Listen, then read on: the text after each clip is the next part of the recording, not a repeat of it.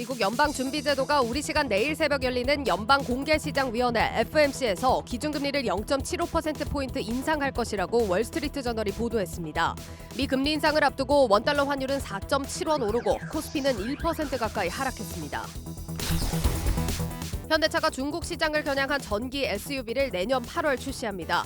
가격은 3,600만 원 선으로 중국산 배터리를 탑재하고 현지 공장에서 생산한다는 계획입니다. 카드 대금을 대출로 전환해 나눠 갚게 하는 리볼빙 서비스의 불안전 판매가 기승을 부리고 있습니다. 높은 수수료율은 속이고 일단 등록해 놓으면 좋다는 식의 막무가내식 영업이 성행하고 있습니다. LG전자가 주력인 가전과 TV의 업황 부진 속에서도 3분기 역대 최대 매출을 기록할 것이란 전망이 나오고 있습니다. 전장 사업이 본궤도에 오르고 애플 아이폰 신제품 효과로 LG 이노텍의 연결 실적이 개선된 덕분입니다.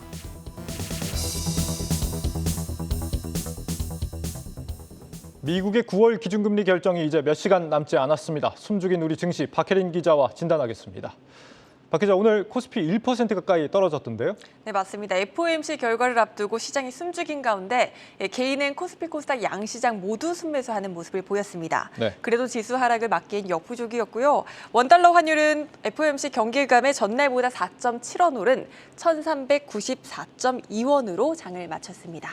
지금 달러 인덱스가 110.7까지 올라 있던데 상당히 지금 긴장감이 높아진 상태라는 걸 알 수 있습니다. 오늘 푸틴이 이제 부분 동원령을 내렸습니다. 30만 명 군대를 소집하겠다. 이 확전 양상을 띈다는 게 물가 측면에서는 어떻게 보면 리스크가 더 올라가는 요인입니다. 75bp 인상, 기정사실화됐다고 보는 분위기죠? 네, 그렇습니다. 이번에 자이언트 스텝을 밟으면 미국의 기준금리는 현행 2.25에서 2.5%에서 3에서 3.25%로 올라가게 됩니다. 또다시 한미 간 금리가 역전되게 되는 건데요. 문제는 연준이 오는 11월과 12월에도 자이언트 스텝과 빅스텝 연이어 단행할 것이란 데 있습니다. 이렇게 되면 연말 미국 금리는 4.25에서 4.5%에 달할 것으로 전망되고 한미 간 금리 차는 더욱 심화되게 되는 겁니다. 네. 저희도 이제 새벽 3시 15분에 유튜브 생중계 통역으로 진행을 합니다. 많은 시청 바라겠고, 미국이 이러니까 어제 스웨덴도 100bp를 올렸고, 네, 그렇습니다. 거기다 뭐 캐나다, 러시아 100bp 올리는 나라들 굉장히 많아졌거든요. 네. 우리나라 이대로 괜찮을까요? 아직은 저희도 기조에는 변화가 없습니다. 이창용 한은 총재가 당분간 25bp 수준의 점진적인 인상 기조를 유지하겠다고 밝힌 바 있고 이후에는 입장 차이가 없었습니다. 기조를 이어서 10월과 11월 각각 25bp씩 올린다면 국내 기준금리는 연말 3%로 올라가게 되고 한미 양국 간 금리 차는 1.5%포인트까지 벌어지게 됩니다. 금통위가 지금 10월 12일이니까 거의 보름이 조금 넘게 남았습니다. 네. 그 사이에 지금 한미 금리 차가 굉장히 더 벌어진다는 게 걱정입니다. 네, 그렇습니다. 최근 원달러 환율도 1,400원에 다다를 정도로 치솟으면서 외국인 보유 비율은 13년 2개월 만에 가장 낮은 수준입니다. 예. 어제도 잠깐 말씀드렸듯 환율 상단을 1,500원까지 열어둬야 한다는 분석까지 나오는 만큼 당분간 달러 강세가 계속될 것이라고 보는 시각이 우세한 상황이고요. 고환율은 주식시장뿐 아니라 소비자 물가에도 영향을 미치기 때문에 우리도 빅스텝 이상을 단행해 한미 간 금리 격차를 줄여야 한다는 주장이 제기되고 있습니다. 네. 오늘 이번 주 한미 통화 스와프 체결 가능성 일부 언론에서 지금 거론이 됐다가 지금은 기사가 다시 내려갔던데 네. 이 체결이 되고 나서 공개를 해야지 이렇게 미리 공개를 하는 경우에는 사실 외환 시장에 우리 당국이 굉장히 좀 불안하다 이런 모습만 보여줄 수 있기 때문에 어떻게 보면 글로벌 헤지 펀드들의 어떤 그 위험 요소로 글로벌 헤지 펀드들의 어떤 먹잇감으로 전락할 수 있다 이런 우려도 있거든요. 당국자들 좀 더 신중해야겠습니다. 박 기자, 지금 이 큰 폭의 금리 인상을 앞두고 개인들이 지금 대거 매수에 들어간 상태입니다. 오늘 네. 같은 경우 괜찮을까요? 오히려 스마트 개미일 가능성이 높습니다. 만약 100bp 인상이 된다면 금융시장 전반에 충격이 예상되지만 75bp 인상은 기정사실화돼 있기 때문에 이미 잭슨홀 미팅 이후로 이 우려감이 시장에 반영돼 있습니다. 따라서 주가가 하락하기보다는 불확실성 해소로 단기적으로 안도하는 모습을 보일 것이라는 분석까지 제기되고 있거든요. 오늘 시장에 뛰어든 분들 스마트 개미일 가능성 굉장히 높습니다. 네, 뭐 불확실성이 해소된다는 게 단기 상승 요인이 될 수는 있을 것 같긴 합니다만 사실 금리를 올린다는 거는 필연적으로 이제 경기 침체를 네, 야기하는 그렇습니다. 문제이기 때문에 중장기적으로 보면은 조금 리스크가 될 수 있다는 좀 분명히 네, 생각을 하셔야 될 거. 단기적입니다. 그렇죠. 아무래도 좀 이번에 반등을 하게 된다면은 그 현금 비중을 좀 늘리는 기회로 삼아야 된다 이런 예, 네, 그런 조언들도 분석도, 네, 있는 것 나오고 같습니다. 기준금리 인상폭 외에 이번에 또 주목할 요소가 또 있죠. 네, 기준금리 인상폭도 중요하지만 연준 위원들의 금리 전망이 담긴 점도표가 더 중요합니다. 네, 점도표가 시장 예상보다 덜 공격적이라면 낮은 밸류에이션 효과로 단기적 반등을 기대할 수 있다는 분석까지 제기되고 있습니다. 네. 그리고 오늘 활약한 섹터 네. 조선주였습니다. 이유가 뭘까요? 최근 LNG선을 잇따라 수주에 성공하면서 조선업 전반이 활기를 띠고 있고요. 대우조선해양은 매각 이슈까지 겹치면서 오늘 9% 가까이 올랐습니다. 또 현대미포조선은 11월 MSCI 지수 편입 가능성이 제기되며 투심이 몰리고 있는 모습을 보여줬습니다. 편입 결정이 11월인데 벌써 올라요, 이렇게? 네, 지금이 이 편입 예상 종목을 매수하기에 적기라는 분석이 나오고 있습니다. 예. 유진투자증권이 2020년 이후 올해 5월까지 신규 편입 종목들의 주가 흐름을 살펴봤더니 교체 종목 발표 45일 전부터 평균 주가 상승률이 무려 37%나 되는 것으로 나타났습니다. 그만큼 시장이 많이 오른 것 아니냐 하실 수 있는데 코스피 대비 상대 수익률도 34%로 집계됐습니다. 유진투자증권은 특히나 현대미포조선의 경우 다른 조선주들과 비교해 밸류에이션 고평가 정도가 과도하지 않다며 지수 편입 시 주가가 상승할 수 있을 것이라고 예상하기도 했습니다. 네. 하반기에 이제 IPO 대어로 꼽히던 WCP 청약 끝났습니다. 결과가 네. 좀 어떻게 나왔습니까? 네, 하반기 최대어로 꼽혔던 종목인데 이 저조한 수요 예측에 사실 공모가가 상단보다도 거의 절반 가까이 내려온 상황이었잖아요. 예. 투자자들의 마음을 사로잡기에도 역부족인 것으로 나타났습니다. 상장 주관사인 KB증권에 따르면 WCP 일반 청약 최종 통합 경쟁률은 7.25대 1로 집계가 됐습니다. 증거금은 3,900억 원 정도 들어왔고요. 증권사별로 보면 신한금융투자가 5.21대 1로 가장 낮은 수준이었습니다. 하반기 최대어로 꼽혔던 WCP가 부진한 모습을 보이며 남은 하반기 IPO 시장 위축까지 우려되고 있는 상황이고요. 그래도 상장 당일 주가 흐름에는 관심을 가져보는 것도 좋을 것 같습니다. WCP 이달 30일 코스닥 시장에 상장할 예정입니다. 네. 증시 프리즘 박혜린 기자였습니다.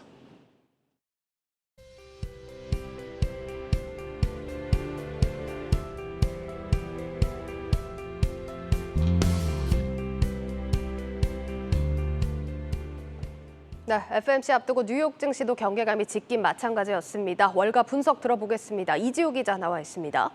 이 기자, 먼저 간밤 뉴욕 증시 상황 어땠는지부터 짚어보죠. 네, 미국 연방준비제도가 9월 연방공개시장위원회 FOMC 공식 일정을 시작하면서 뉴욕 증시의 주요 지수도 일제히 하락하는 모습을 보였습니다. 주요 지수 추이를 보시면요, 나스닥 지수가 0.95% 내린 것을 비롯해서 S&P 500이나 다우지수 모두 좀 각각 떨어지는 모습이었는데요. 전날의 반등, 또 이날의 하락, 9월 FOMC를 앞두고 변동성을 계속하는 모습이었다, 이렇게 평가할 수 있겠습니다. 네, 앞서서도 계속해서 짚어봤지만 이번 FOMC에서 결정될 금리 인상 폭에 대한 우려가 좀 시장에 반영이 됐다, 이렇게 봐야겠죠? 네, 맞습니다. 이 시장에서는 이번에 0.75%포인트 금리를 인상하는 3회 연속 자이언트 스텝까지는 어느 정도 반영이 되어 있는 것으로 보입니다. 이제는 1%포인트 인상에 울트라 스텝까지 우려하기 시작한 상황인데 월가 전문가의 분석 먼저 들어보시죠. I think if you go back to the last essentially Fed speak from Jerome Powell, he basically was ultra hawkish. And I think in the questioning is really what the questioning is going to be tomorrow, which is if and when the recession materializes, what is the position of the Fed at that point in time?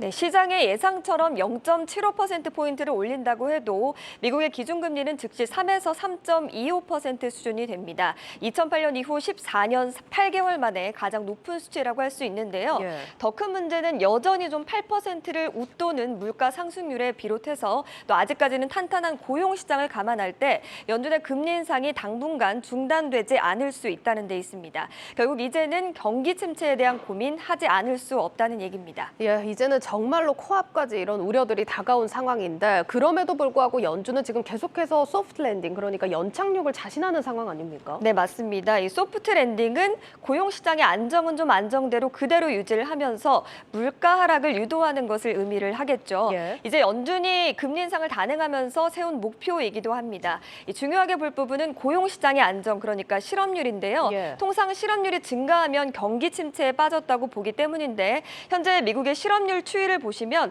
이 7월에 3.6%, 8월에 3.5%를 기록하고 9월에 3.7%로 소폭 올랐지만 여전히 좀 낮은 수준입니다. 하지만 이 실업률이 5% 이상으로 오른다면 얘기가 조금 달라지게 됩니다. 예. 앞서 크리스토퍼 월러 연준이사는 실업률이 5% 이상 오르기 전까지는 연준이 물가와 고용 사이에서 고민을 덜 할 것이다 이렇게 언급을 하기도 했는데요. 그만큼 이 5%라는 수치가 연착륙과 경착륙 그러니까 경기 침체 사이에서의 분기점이 될 수 있는 수치다 이렇게 볼 수가 있겠습니다. 그러면은 지금 5%를 넘길 거다라는 분석들도 나오고 있는 상황입니까? 네, 맞습니다. 월가 전문가들 사이에서는 말씀하신 대로 실업률이 5%를 넘길 것이다 이런 전망이 좀 나오고 있는데요. 네. KPMG의 수석 이코노미스트인 다이앤 스원크는 내년 말까지 실업률이 5%를 넘을 것이다 이렇게 내다봤고요. 앞서 재무장관을 지냈던 레리 서머스 역시도 연준이 예상과는 달리 실업률이 6%까지 치솟을 수 있을 것이라고 경고를 했죠. 그러니까 연준이 보이고 있는 이 급격한 금리 인상이 사실은 실업률 나아가서는 이 경기 침체의 위험을 좀 높이고 있다 이렇게 볼 수도 있는 거겠죠. 예, 그러니까 5%를 넘어서 6% 전망까지도 좀 보수적으로 보면 나오는 상황인데 여기에 대해서 지금 국채금리 움직임도 심상치가 않습니다. 장단기 금리 역전 현상도 계속해서 포착이 되고 있잖아요. 네, 맞습니다. 이 단기물인 2년물이 10년물보다 더 가파르게 오르고 있는 현상이 좀 보이고 있는 건데요. 예. 현지 시간 19일에는 장중에 이 역전 폭이 46bp까지 벌어졌습니다.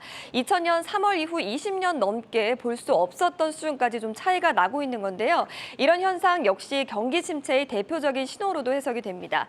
기준금리 인상에 따라서 단기 국채의 금리는 좀 올라가지만 장기적으로 경기 전망이 어두울 때 장기 국채의 금리는 떨어지는 경향을 보이기 때문인데요. 톰 이사의 세븐스 리포트 리서치 설립자는 국채 금리 역전이 주는 신호는 명확하다면서 몇 분기 안에 경기가 위축될 것 같다는 점이다. 이렇게 밝혔습니다. 예, 지금 뭐 금리 인상 폭에 대한 뭐 중요도도 중요도지만 지금 이 기자 말한 대로 경기 침체에 대비를 해야 할 시점도 맞는 것 같습니다. 뭐 증시 전망은 어떻게 나오고 있습니까? 네, 말씀하신 대로 앞으로 시장에서는 조금 더 이 경기 침체 시그널에 민감하게 반응할 것으로 보이는 상황인데요. 네. 글로벌 배송업체 페덱스가 월가 예상치를 좀 크게 밑도는 실적을 발표하면서 페덱스 주가는 물론이고 증시 전체를 좀 끌어내린 바 있습니다. 예. 특히나 이 보통 페덱스의 실적 같은 경우는 글로벌 경기의 잣대로 좀 인식이 되는데 배송 물량이 많으면 화랑이고 반대로 적으면 위축이 됐다라고 간주를 합니다. 네. 페덱스는 당시 실적 발표를 하면서 거시경제 상황이 악화되면서 물류 규모가 감소했다면서 글로벌 경기 침체가 임박했다 좀 이렇게 경고하기도 했고요. 네. 포드도 이날 뭐 12% 이상 떨어지는 모습을 보였습니다. 인플레이션이 급등하면서 부품 가격이 올라서 분기 영업이익이 10억 달러 정도 줄 것이라고 밝힌 영향이었는데요. 이렇게 경기 침체로 기업들의 실적이 나빠지면 증시도 좀 따라갈 수밖에 없는데 2008년 세계 금융위기를 예측한 누리엘 루비니 전 뉴욕대 교수는 단순한 경기 침체에도 주가가 30% 정도 하락을 하는데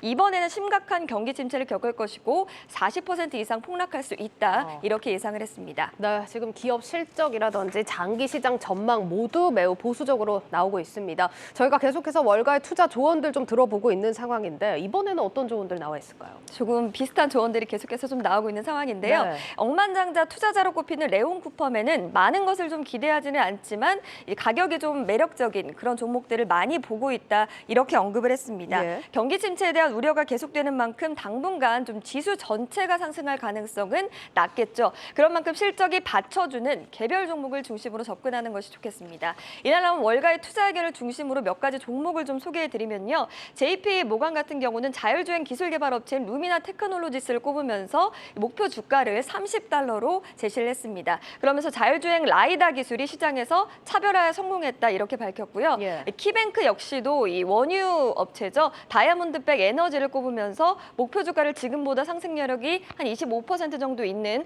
163달러를 제시를 했는데요. 예. 그러면서 다른 업체보다 시추 경제성이 높다 이렇게 분석한 점도 참고하시기를 바라겠습니다. 예, 잘 들었습니다. 고 웨스트 이지우 기자였습니다.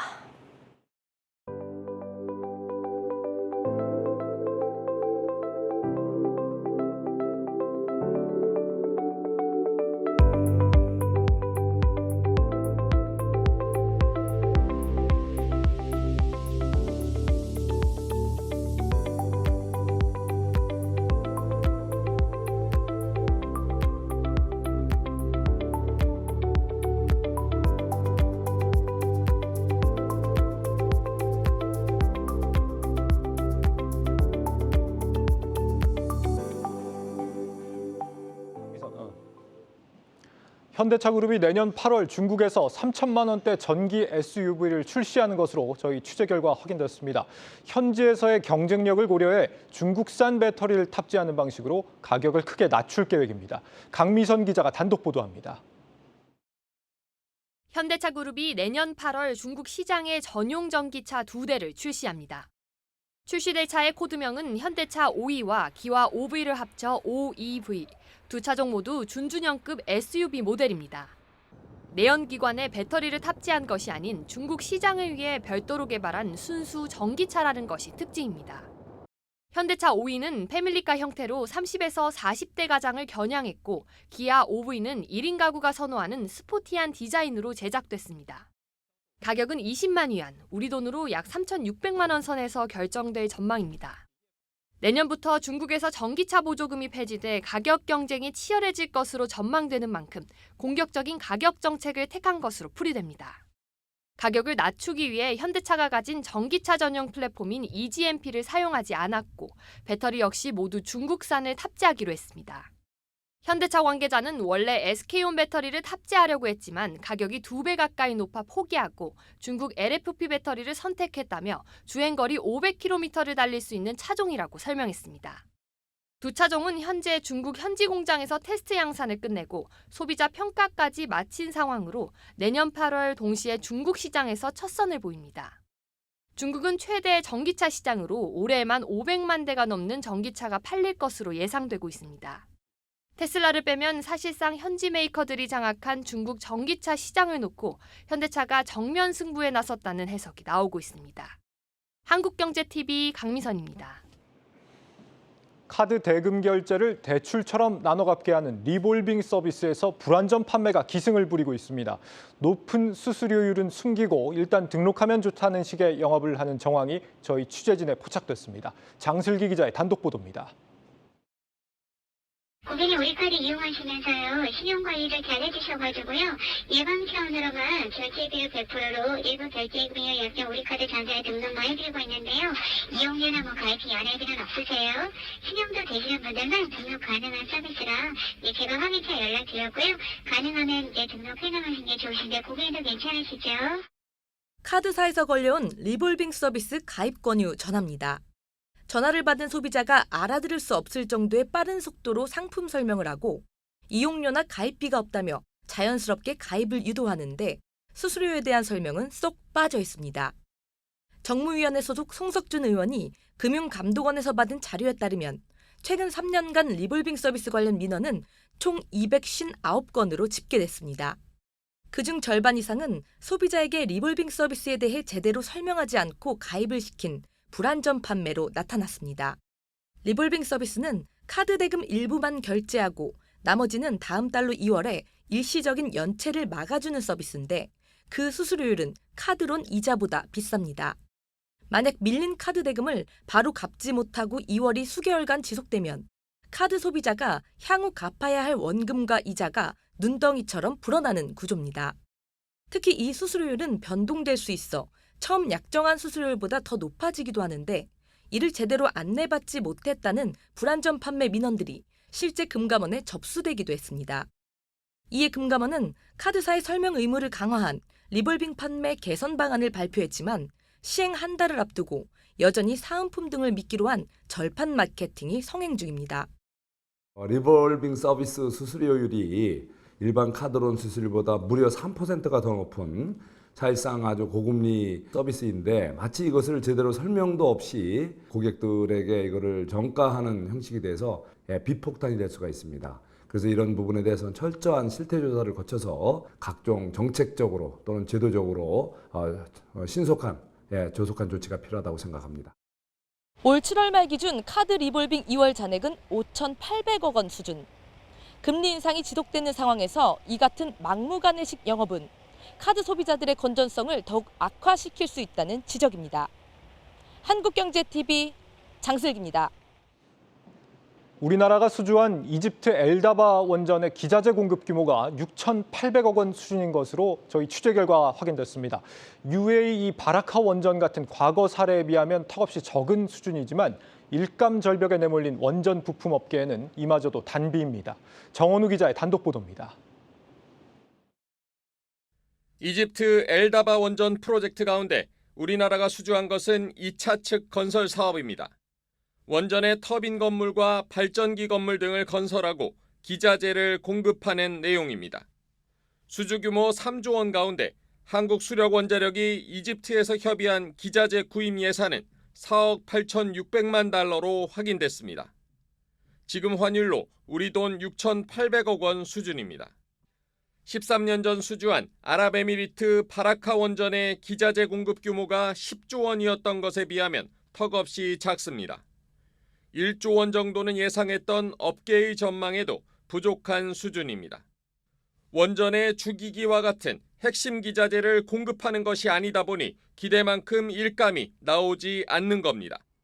다만 수주 규모를 떠나 사우디나 체코, 폴란드 등 추가 해외 원전 수출의 징검다리 역할에 대한 기대는 큽니다.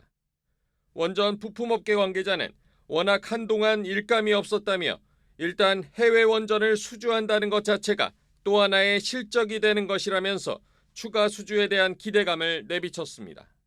한수원은 조만간 시공사 선정을 마친 뒤 기자재 입찰을 진행할 예정입니다.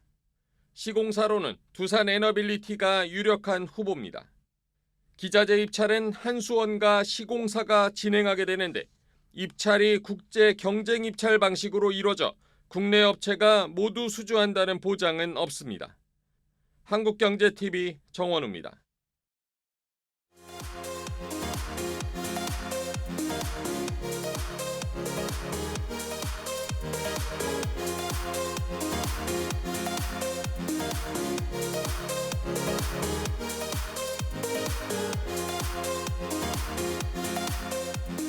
특히 올해는 K2 전차, K9 자주포, FA-50 전투기와 같은 대한민국의 우수한 무기 체계가 많은 주목을 받고 있는 가운데 세계 40개국 350개 기업이 참여하는 역대 최대 규모로 개최하게 되어 그 의미가 더욱 크다고 할 수 있겠습니다.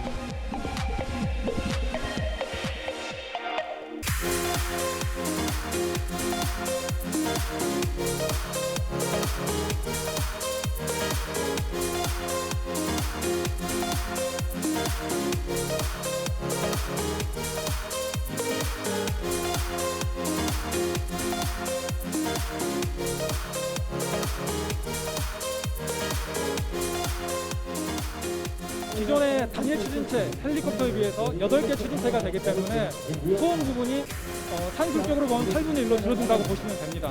안전하고 깨끗한 기체라고 생각하시면 되겠습니다.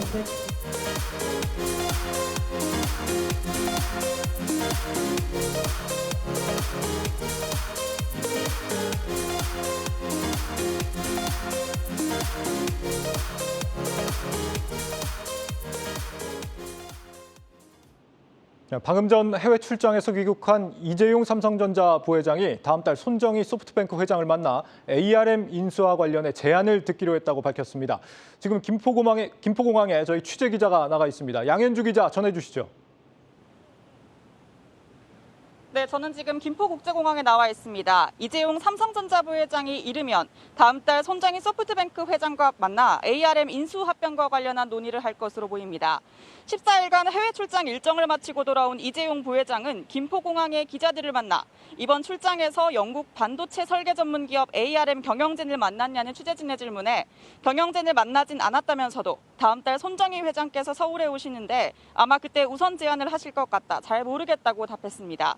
ARM 인수 추진 가능성을 공식적으로 언급한 겁니다. 현재 ARM 지분 75%는 손정희 소프트뱅크 의장이 보유하고 있으며 나머지 25%는 자회사인 비전펀드가 갖고 있습니다. 이 부회장은 연내 회장 승진 계획에 대해서는 회사가 잘 되는 게 더 중요한 것 같다며 구체적인 언급을 피했습니다. 지금까지 김포 비즈니스 항공센터에서 한국경제TV 양현주입니다.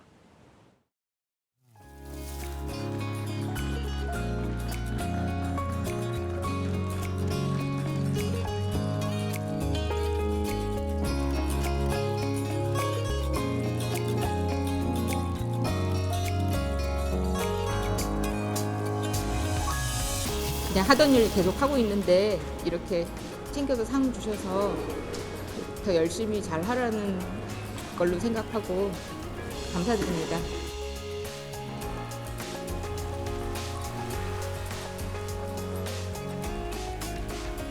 앞으로도 이러한 보이지 않는 곳에서 묵묵히 희생정신을 발휘하시는 참 의료인들을 찾아 지속적으로 시상을 할 계획입니다.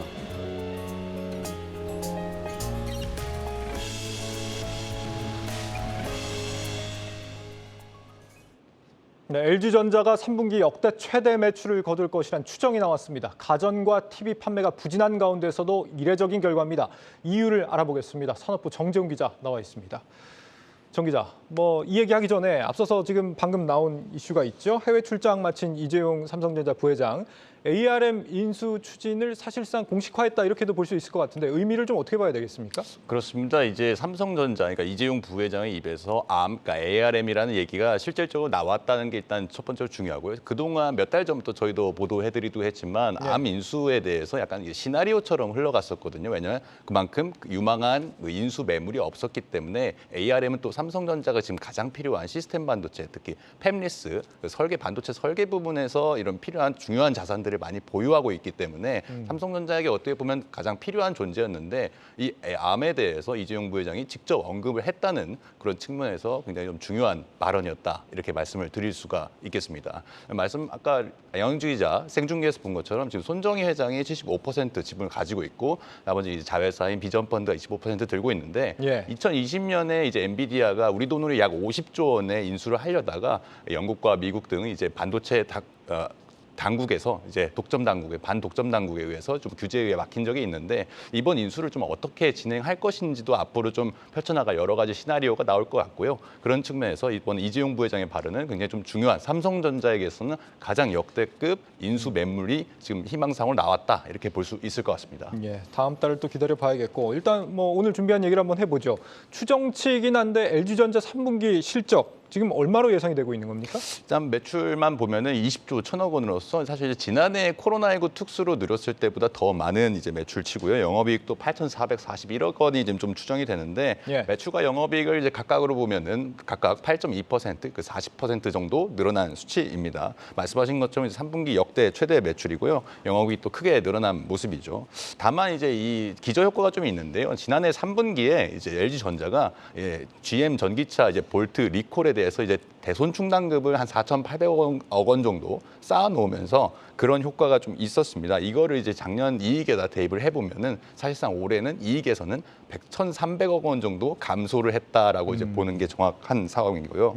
아직까지 이제 주력 사업인 생활과전과 TV 사업이 시장 자체가 이제 수요가 부진하기 때문에 재고도 많이 쌓여 있는 상태여서요. 이쪽에서는 이제 희망적인 좀 미래가 아직은 그려지지 않는 상황인데 다행인 것은 이제 2분기에 9년 만에 흑자를 전환했던 전장 사업 분야가 좀 궤도에 올라서 분기 연속으로 흑자 행진이 가능하다는 그런 전망이 좀 나오고 있습니다. 네.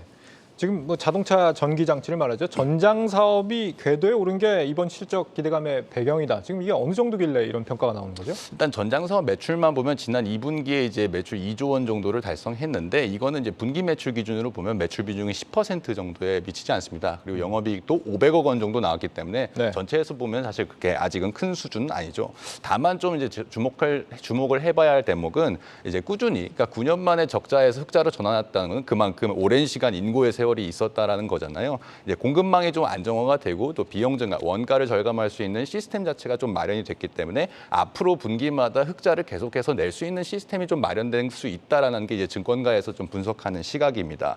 이후로 이제 분기마다 한 2조 2천억 원 정도는 꾸준히 매출을 올리면서요. 2천억 원 정도 이제 분기마다 조금씩 올라가는 건데 영업이익 부분에서도 향후에 그러니까 내년이나 빠르면 내년이나 내후년 정도의 영업이익도 1,000억 원 이상 달성할 수 있다. 그러니까 분기 기준으로 이렇게 좀 바라보고 있습니다. 실제로 이제 LG전자의 전장 사업 수주 잔고가 올해 상반기 기준으로 한 68조 원 정도 쌓여 있는데 이게 지난해 상반기와 비교해 보면 10% 정도 늘어난 수치거든요. 근데 이 재고는 보통 이 수주는 보통 이제 2에서 3년 정도 이후에 매출로 반영되기 때문에 더더욱 그런 어떤 매출로 상승할 수 있는 여력 자체가 남아 있다라고 이렇게 볼 수 있는 겁니다. 네, 이 전장 사업이 그러니까 자동차 제조사에 납품하는 일종의 B2B 사업이라고 할 수 있는데 주로 어떤 걸 만들고 있습니까? 그렇습니다. 이제 소비자 가전이나 생활과전 우리가 직접 쓰는 냉장고나 TV처럼 이렇게 와닿는 제품이 아니라서요. 조금 살펴보면요.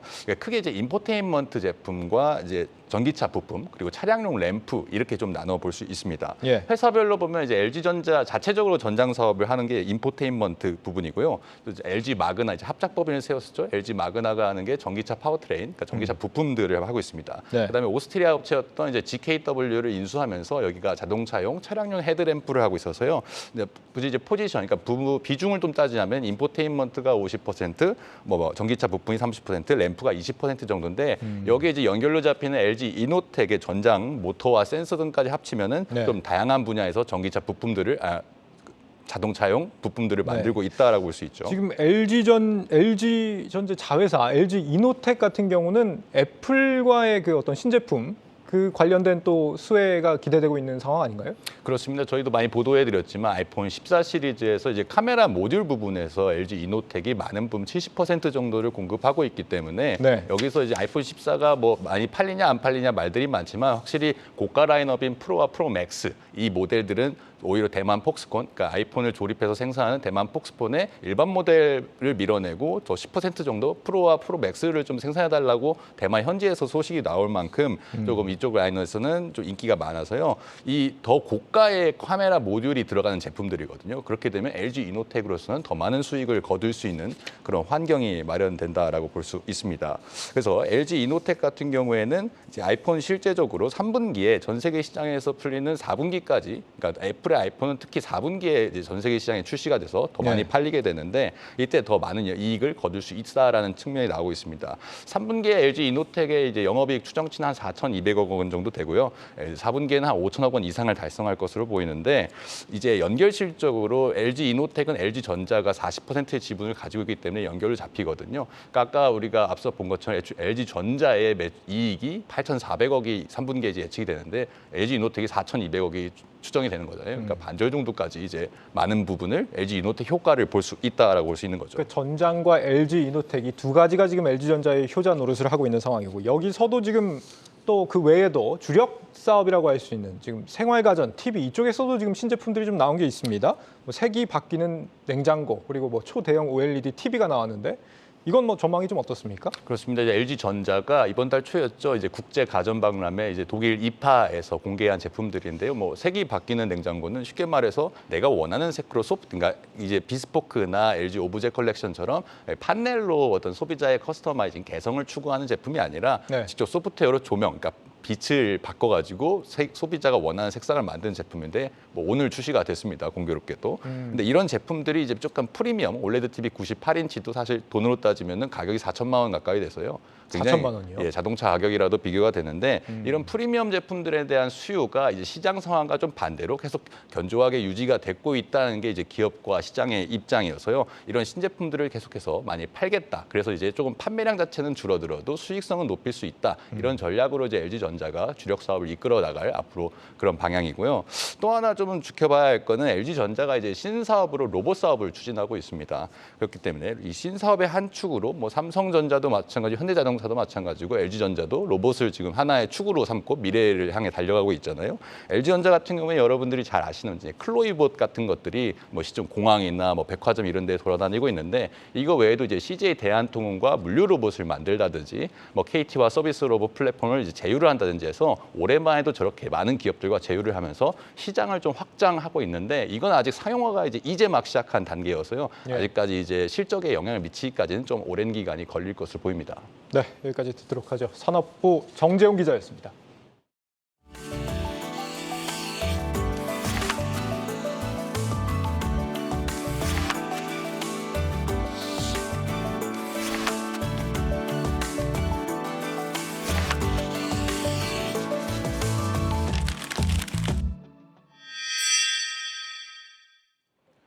글로벌 가전 브랜드 다이슨이 오늘 프리미엄 청소기 신제품을 공개했습니다. 다른 나라는 제쳐두고 한국에서 가장 먼저 선보인 건데요. 삼성과 LG 등 국내 업체들이 장악하고 있는 시장의 판도를 뒤집겠다, 이런 전략으로 해석이 됩니다. IT 바이오부 임동진 기자와 살펴보겠습니다.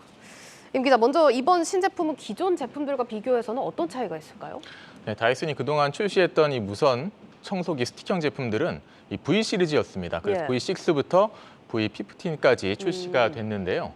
이번에는 기존 모터 대비 더 빠르고 강력한 차세대 모터를 사용하면서 젠5라는 새로운 이름으로 공개가 됐습니다. 기본적으로 흡입력과 미세입자의 포착률이 높아졌고요.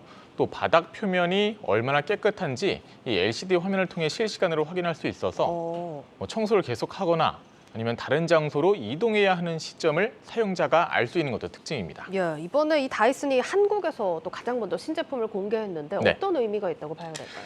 네, 이번에 한국을 찾은 찰리 파크 다이슨 무선 청소기 사업부 총괄 부사장은 이 한국이 이 다른 나라에 비해서 제품 이해도가 높은 국가라고 밝혔는데요. 또 이 한국 사람들이 이 청소 빈도가 전 세계 어느 국가 사람들보다 높다고 합니다. 아, 그래요? 네네. 이 자세한 내용은 이 찰리 파크 부사장에게 직접 들어보겠습니다. We understand that Korean people, from our global dust study, that cleaning is very important, and also technology and understanding of technology in Korea is quite advanced in comparison to some places in the world. But we also see it as an important market because it often shows what is going to be important to other markets around the world. So it's a real lead market for us. 네, 이 전략과 이유가 또 한국인으로서 굉장히 재밌다라는 생각도 드는데 사실 몇 년 전까지만 하더라도 스틱형 무선 청소기라고 하면은 다이슨이 가장 먼저 떠올랐는데 뭐 네. 국내에서 비슷한 제품들이 많이 나오면서 지금은 상황이 많이 달라졌죠. 네, 맞습니다.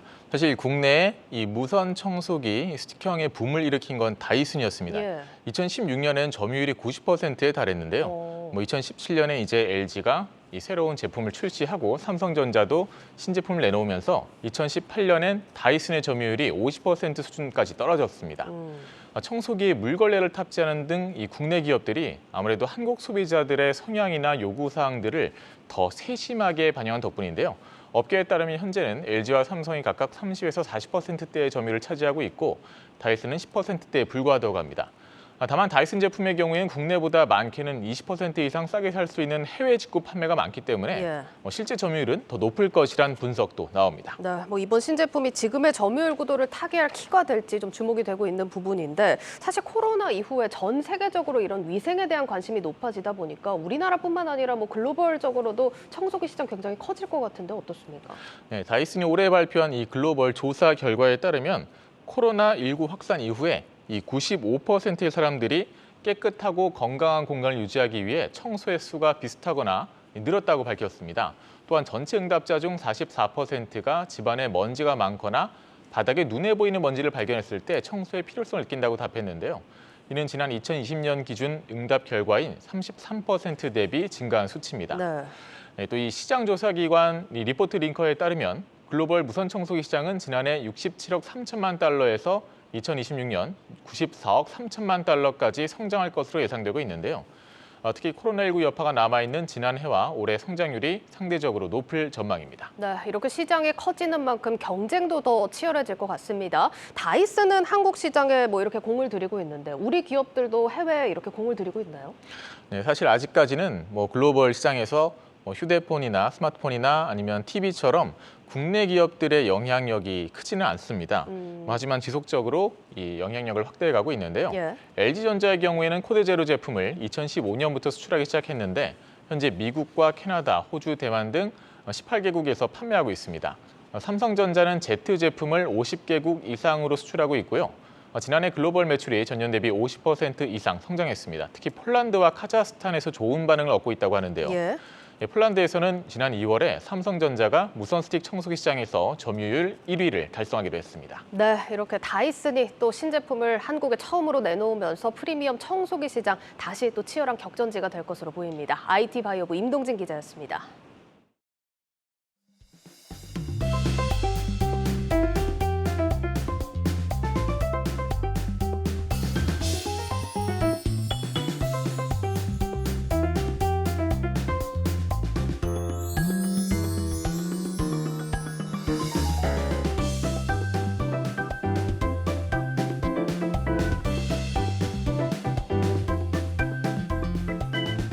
꿈을 가진 사람, 뭐가 될지, 뭘 하고 싶은지에 대한 뚜렷한 목표가 있으셨으면 좋겠어요.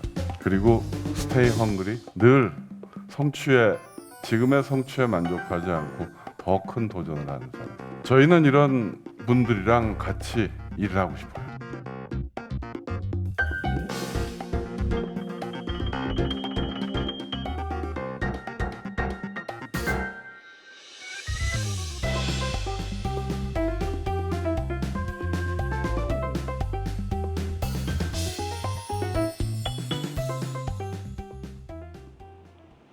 윤석열 대통령이 현지 시간 20일 미국 뉴욕 유엔 본부에서 임기 첫 연설을 진행했습니다. 국제사회에서의 한국의 역할, 공적 개발 원조, ODA 등을 통한 개발도상국 지원 의지를 밝혔는데 현재 나가 있는 대통령실 취재기자 연결해서 그 의미 짚어보도록 하겠습니다. 문성필 기자.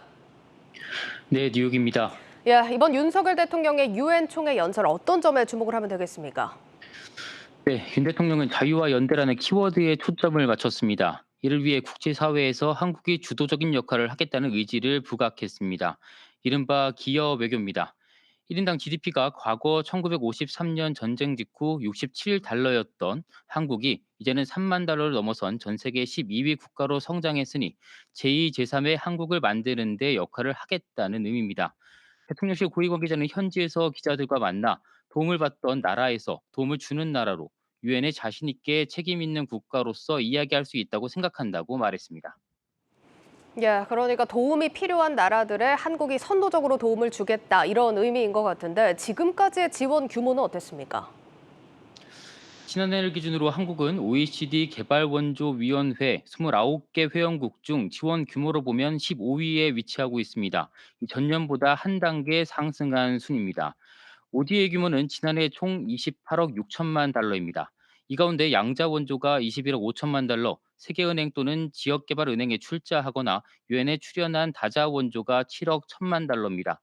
순위로 보면 평균 정도 하는 셈입니다. 그런데 경제 규모 대비 원조 비율을 나타내는 국민 총소득 GNI 대비 ODA 비율을 보면 꼭 그렇지만도 않습니다. 이 수치는 전년보다 0.02%포인트 늘어난 0.16%인데요. 이는 OECD 개발원조위원회 회원국 평균인 0.33%의 절반 수준입니다. 우리나라와 경제 규모가 비슷한 스페인, 이탈리아와 비교해도 낮은 수준입니다. 이런 공적 개발 원조, 그러니까 ODA 선언 배경에는 경제적인 이유도 있다고요? 흔히 ODA를 받는 나라뿐 아니라 ODA를 하는 나라도 경제적인 이익을 얻을 수 있다는 점입니다. 인도주의적 관점에서 출발하지만 결국 자국의 이익을 추구하는 셈입니다. 2014년 기준이긴 하지만 영국 해외개발연구소 연구 자료를 참고해 볼 수 있습니다. 이 연구를 보면 영국은 무상 원조를 1달러씩 할 때마다 수출이 0.22달러씩 늘었습니다. 59억 달러 무상 원조를 통해 수출은 13억 달러가 늘고 일자리는 12,000여 개가 창출됐다는 분석도 내놨습니다. 실제로 수출과 일자리 측면에서 경제적인 이익을 얻은 사례가 있었다라는 부분이고 또 다른 경제적인 효과는 어떤 부분을 기대해 볼 수 있겠습니까? 최근엔 우크라이나 사태로 전 세계가 겪는 공급망 문제 해결을 위한 수단으로도 ODA가 활용됩니다. 하나 예를 들어보겠습니다. 혹시 태평양 도서국이라고 들어보셨습니까? 이 태평양에 위치한 섬나라 중에 14개 독립국가를 지칭하는 말이죠.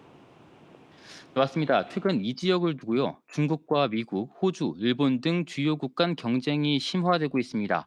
한마디로 서로 도움을 주기 위해 안달이 난 상황입니다.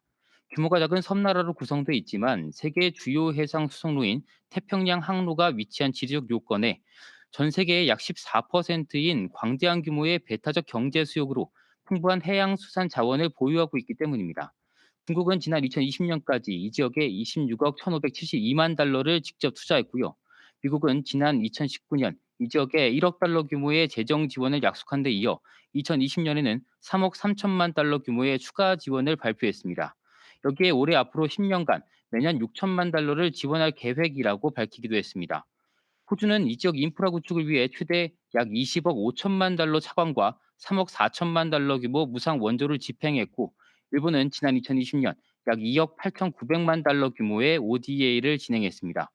공급망 다변화가 전 세계적 추세로 떠오른 만큼 ODA를 통해 개발도상국을 자기 편으로 끌어들여 이를 실현하는 셈입니다.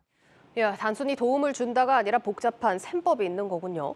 그리고 또 유엔 총회를 계기로 예정이 됐었던 한일 정상회담 같은 경우는 성사 여부가 불투명해졌다고 하는데 어떤 상황입니까? 기시다 일본 총리가 결정된 게 없다고 밝힌 데 이어 한국의 일방적 발표에 강한 불쾌감을 표시했다는 보도가 나왔는데요. 대통령실은 이와 관련해 말을 아끼고 있습니다. 국가안보실은 순방을 떠나기 전인 지난 15일 두 정상회담 개최가 정해졌고 시간을 조율하고 있다고 밝힌 바 있습니다. 하지만 기시다 일본 총리가 미국 출국길에 결정되기 없다고 이야기하고 한국 측 발표에 기시다 총리가 강한 불쾌감을 드러냈다는 언론 보도까지 나왔습니다. 회담이 열릴 것이 유력했던 오늘 아직까지도 대통령실은 명확한 입장을 내지 않고 있습니다. 외교 일정은 상대와 여러 관계가 있는 것이라 변동성이 항상 존재한다면서 변동된다고 해서 철회나 입장 번복은 아니라는 설명만 반복하고 있습니다. 그러면 이 한미, 한일 정상회담이 성사가 된다면 주요 의제는 무엇이 될까요? 먼저 한미 정상회담에서는 미국의 인플레이션 감축법 문제가 논의될 가능성이 큽니다. 한국산 전기차가 미국에서 보조금 혜택을 못 받는 불이익을 해소할 수 있을지 관심사입니다. 여기에 원달러 환율 상승세가 이어지는 만큼 외환시장 안정을 위한 협력 방안도 내놓을지 주목됩니다. 한일 정상회담이 만약 성사된다면 일본이 지난 2019년부터 시작한 수출 규제 폐지 여부가 논의될지 관심입니다. 반도체, 디스플레이 산업의 소재 부품 장비 자급화 비율이 높아졌다고는 하지만 여전히 안정적인 공급망 연결을 위해선 일본과의 교역 정상화가 필요하기 때문입니다. 지금까지 뉴욕에서 전해드렸습니다.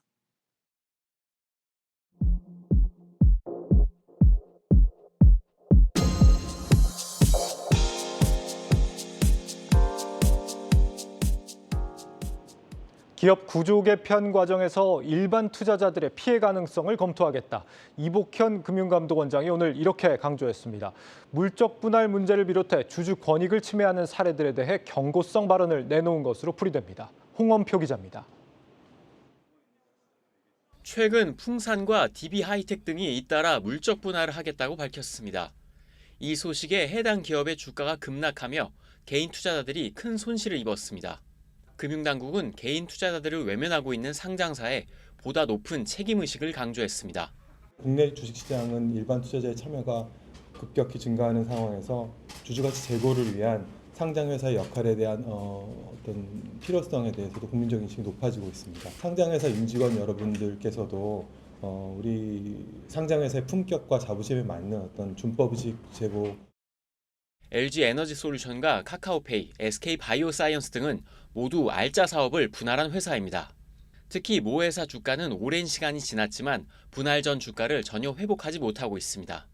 금융당국은 개인 투자자들의 피해를 막기 위해 이달 초 물적 분할 자회사 상장 시 개인들의 권리를 보호하기 위한 방안을 내놓기도 했습니다. 금감원은 기업이 미공개 정보를 이용하는 등 부당이득을 취하려는 행위도 샅샅이 감독하겠다고 말했습니다. 기업의 경영권이 부당이득을 편취하려는 불공정 거래 행위에 노출되지 않도록 감독 역량을 집중하겠습니다. 다수의 투자조합을 이용해서 지분공시 규제를 우회하는 지분공시 위반 사례에 대해서는 엄하게 조치할 예정입니다. 지난해 쌍용차 인수 추진 소식으로 주가가 급등했던 에디슨 EV 사례를 겨냥한 것으로 풀이됩니다. 당시 투자조합 6곳은 에디슨 EV의 지분을 나눠서 인수하면서 공시 의무나 보호예수 의무 등을 피해 시세 차익만 얻었기 때문입니다. 지난해 말 있었던 카카오페이 경영진의 이른바 주식 먹튀 논란도 대표적인 불공정 사례입니다. 이복현 원장은 선진 자본시장을 만들기 위해서는 공정성을 높여 투자자의 신뢰를 회복하는 것이 가장 중요하다고 강조했습니다. 한국경제TV 홍원표입니다. 6개월 연속 무역 적자가 현실로 다가오고 있습니다. 적자가 반년간 이어진 건 무려 25년 만인데 이런 상황이 외국인 주식 순매도 확률을 30% 가까이 높인다는 분석이 나왔습니다. 전민정 기자입니다. 치솟는 환율과 글로벌 경기 둔화에 수출이 줄고 수입액이 들면서 무역 수지 적자의 먹구름이 더 짙어졌습니다. 이달 들어 20일까지의 무역 적자는 41억 달러. 이 추세대로라면 25년간 없었던 6개월 연속 무역 적자가 현실화됩니다. 이렇게 무역 적자가 눈덩이처럼 불어나면서 성장률 하락과 소득 감소가 우려되는 등 한국 경제 곳곳에 경고음도 커지고 있는 상황. 특히 무역 적자는 고금리와 고물가, 고환율의 복합 위기 속에서도 그동안 굳건하다고 평가받던 우리 경제의 대외 신인도마저 흔들고 있습니다. 한국경제연구원이 2004년 1월부터 올해 7월까지의 통계를 분석해보니 무역 수자가 흑자일 때보다 적자일 경우 그 다음 달에 외국인이 국내 주식을 순매도할 확률은 무려 28%나 증가했습니다. 무역 수지가 줄면 원화 가치가 떨어지게 되는데 이로 인해 환차손 우려가 커져 국내 증시의 투자 매력도도 낮아지게 되는 겁니다. 킹달러 우려가 극대화된 이달엔 외국인의 국내 주식 순매도 확률은 76%에 달할 것이라는 추산. 무역 적자로 주가가 더 떨어질 수 있다는 얘기입니다.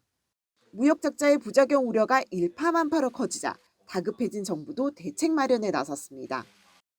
금년 무역금융 공급을 최대 351조 원까지 확대하고 현장의 애로가 큰 물류비 부담 완화 등을 위해 예비비를 활용하여 120억 원을 조속히 추가 지원할 계획입니다.